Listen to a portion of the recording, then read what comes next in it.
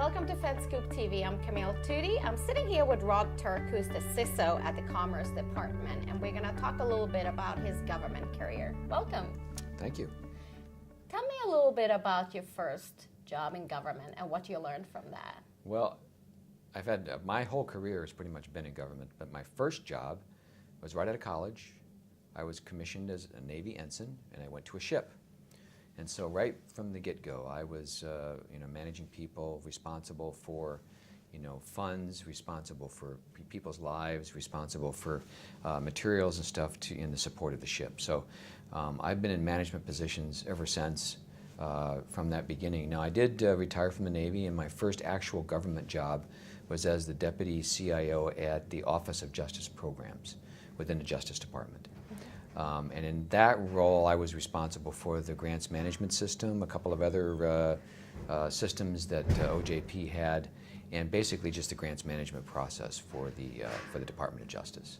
So being a deputy CIO was very challenging for me. I found that my management capabilities that I learned in the Navy were very helpful in managing people and getting the job done, basically. And when you're in the Navy, ship goes over the horizon.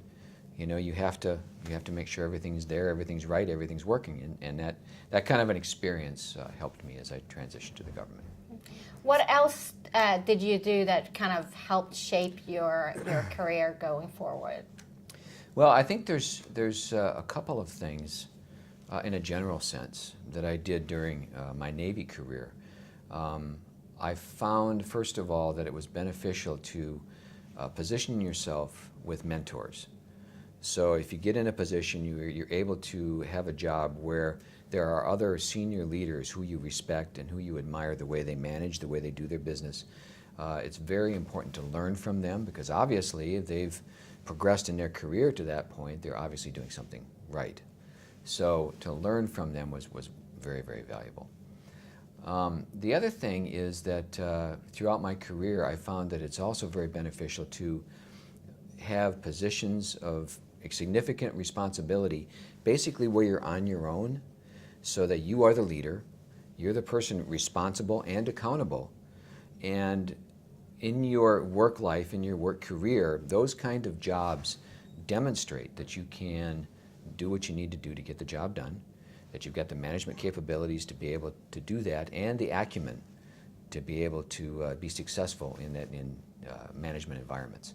So having a mentor, learning from the mentors, and then being able to take that mentorship information and use it in a job that demands your skills in an independent way, I think really mature individuals. It matured me as a manager in the government. Mm-hmm.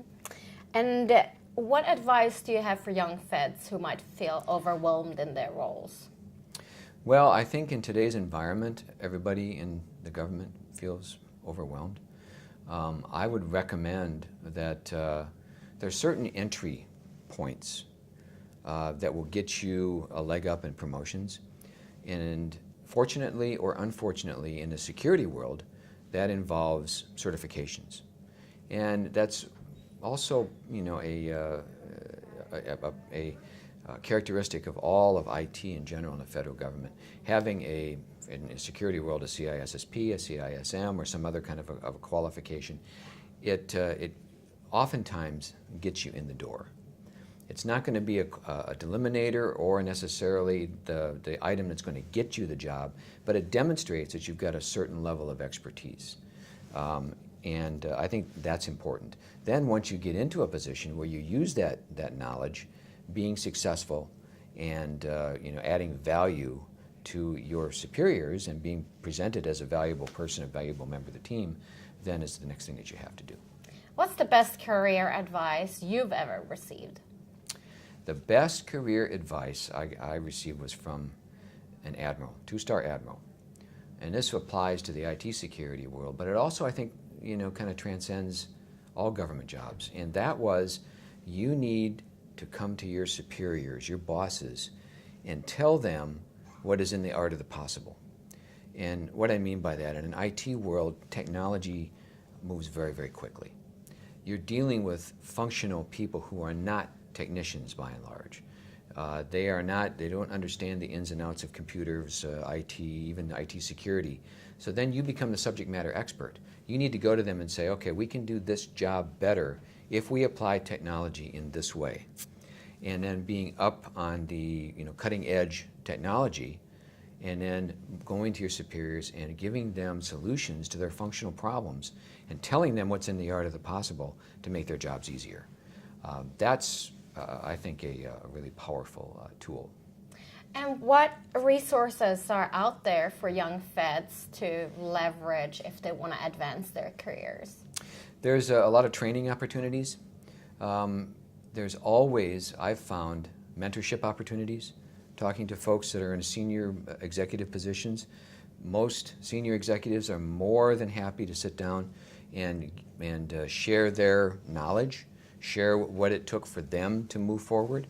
I would take advantage of those opportunities. In fact, if you could, align yourself to a senior executive to be able to do that. But again, there's lots of other opportunities for knowledge. Clearly, when you get into the job that you want, you have to have the background and the knowledge to be able to be successful. So don't be afraid to pull the book off the shelf. Don't be afraid to seek out sources of information that will make your job easier and then also make your boss's job easier. I've always believed that if you can get your boss promoted, make your boss look good, everything is fine. Mm-hmm. So. What are some of the reasons you would recommend someone early in their career to consider working for the government? I think the government, I like the government, obviously. I've chosen the government. I did work for a period of time as a contractor in industry. But what I like about the government is that you are there to perform a mission. The mission in many cases is very clear, it's very prescriptive, and you're working for the good of the American people. It's one thing to have a profit motive, and I'm a capitalist. I like people to make money. That's a good thing. But I also believe that in the government, you're not clouded by a profit motive, but you are driven and motivated by the need to do a better service for the American people, and I like that piece. In the federal government for IT, oftentimes it's not about money. It's not about position. It's about having a mission and good work that makes a difference and is challenging. And in the federal government, there's plenty of opportunities, especially in the IT world, for that kind of a position. So. And on your side of that IT world, what are some of the projects you're working on right now? We are working on very closely with DHS in our continuous diagnostics and mitigation process. We're implementing a tool provided in part by DHS. We're implementing that this year. We're also developing a security oversight center to be able to take the information we get from those tools and other tools that we have in our environment and make knowledge that we can provide early warnings, hopefully, in the IT security world for our organizational units. And we're also working on, in the federal government, what's called the Cyber CAP, the Cross-Agency Priority Goals from the Executive Office of the President. So we're working to improve our stature in those goals as well. That's a pretty full plate. There's lots of stuff there. What makes it real interesting in the Department of Commerce is that we have 12 organizations and they all have a piece of that pie. So in a certain sense, I have to do round robins to each of them and make sure that they're contributing their piece. So.